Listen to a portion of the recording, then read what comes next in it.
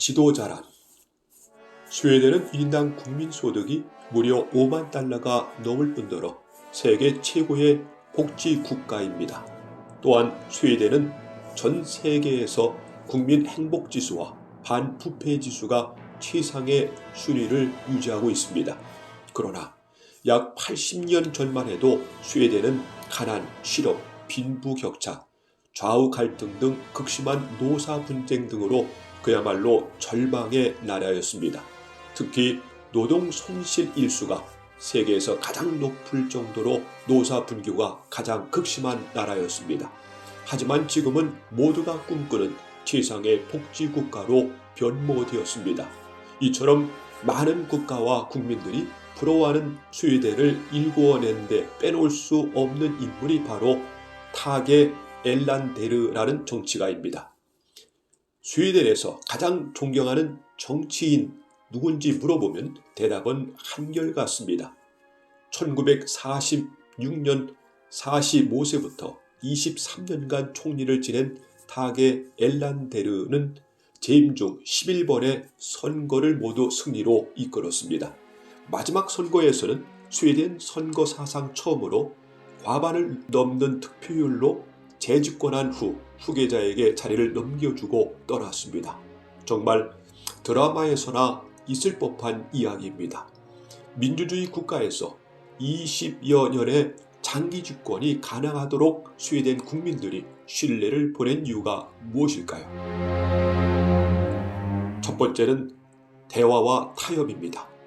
타게 엘란데르는 청년 시절 급진주의 활동을 한 좌파 정치인이었습니다.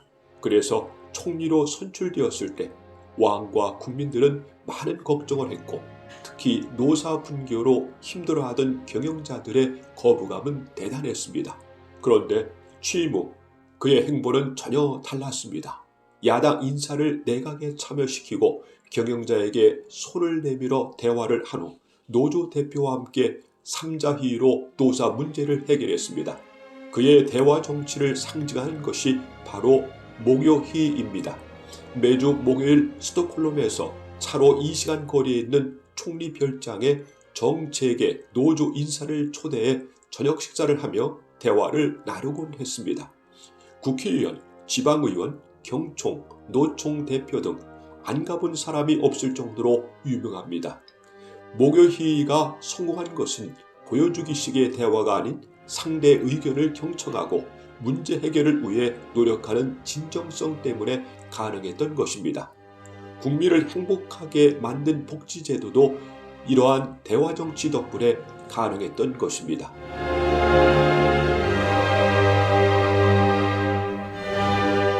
두 번째는 검소한 삶입니다. 스톡홀름 남쪽 린센핑이라고 하는 작은 도시가 있습니다. 그곳에 타게 엘란데르의 아들 부부가 살고 있습니다. 그의 아들은 대학 총장을 역임한 후 아버지가 살아온 길을 책으로 발간했습니다. 아들 부부가 들려주는 부모님의 이야기는 동화 속의 이야기처럼 감동의 연속입니다. 엘란데르는 최고의 권력자였지만 검소하게 살았습니다. 총리 시절에도 20년이 넘은 외투를 입고 구두도 밑창을 갈아가며 오래도록 신었습니다. 검소함은 부인도 똑같았습니다. 집권 23년 동안 국회 개원식에 참여하기 위해 입던 옷은 단 한 벌이었다고 합니다. 아들 부부는 부모님이 국민을 생각하는 것이 더 중요하다고 말씀하셨다며 검소함은 두 분의 삶의 전부라고 자랑스러워했습니다. 세 번째는 특권 없는 삶입니다. 부모님은 총리 시절에도 관저 대신 임대주택에서 월세를 내고 살았습니다. 출퇴근도 관용차 대신 어머니가 직접 운전하는 차를 이용했습니다. 임대주택은 자신의 재임 시절 서민을 위해 지은 아파트입니다. 그는 특권을 버리고 국민의 삶 속으로 들어와 친구처럼 다정한 이웃처럼 지냈습니다. 1968년 국민은 다시 한번 깜짝 놀랐습니다. 타게 엘란데르가 총리를 그만둔 후 거처할 집이 없다는 사실을 알았기 때문입니다. 당원들이 급히 돈을 모아 집을 마련해 주었습니다. 스톡홀름에서 차로 2시간 거리에 있는 분메쉬빅이라는 한적한 시골 마을입니다. 총리 부부는 마을 호수 옆에 있는 작은 주택에서 16년을 살았습니다. 그런데 총리 시절보다 더 많은 사람들이 찾아왔습니다.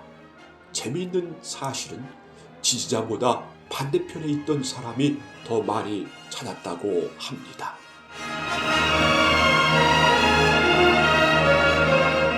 네 번째는 정직한 삶입니다. 아들 부부가 또 다른 일화를 소개했습니다. 어머니 아이나 앤데르슨 이야기입니다. 그녀는 고등학교 화학교사로 남편이 총리를 하고 있던 시절에도 학교에서 아이들을 가르치는 평범한 삶을 살았습니다. 엘란데르가 퇴임한 후에 어느 날 부인은 정부 부처장관을 찾아갑니다. 그녀의 손에는 한 뭉치의 볼펜 자루가 들려 있었습니다. 장관이 반갑게 인사하며 방문 이유를 묻자 볼펜 자루를 건넸습니다. 볼펜에는 정부 부처 이름이 쓰여 있었습니다. 남편이 총리 시절 쓰던 볼펜인데 총리를 그만두었으니 이제는 정부가 돌려주는 것이 맞다고 생각합니다. 부모님 이야기를 들려주던 아들 부모는 그리움을 참지 못하고 눈물을 흘립니다. 타게 엘란데르는 떠났지만 23년 동안 국민을 위한 그의 헌신은 스웨덴 정치의 교과서로 자리 잡았고 스웨덴을 세계 최고의 행복한 나라로 만든 원동력이 되었습니다. 참으로 위대한 지도자가 아닌가 생각이 됩니다. 대한민국에도 위대한 지도자가 있었지요. 세계 경제대국으로 가는 길을 만들어주신 박정희 대통령이 그리워지는 시대인 것 같습니다. 오늘날 대한민국에 이렇게 스웨덴 대통령처럼 위대한 지도자가 나타날 걸 분명히 믿습니다. 감사합니다. 아름다운 찬란한 아침이여 어둠의 장막 이젠 거치고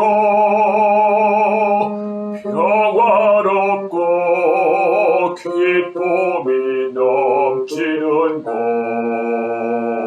자유의 종 영원히 울리니 찬란하다 빛나는 나의 조국 평화의 날 이제 다가오네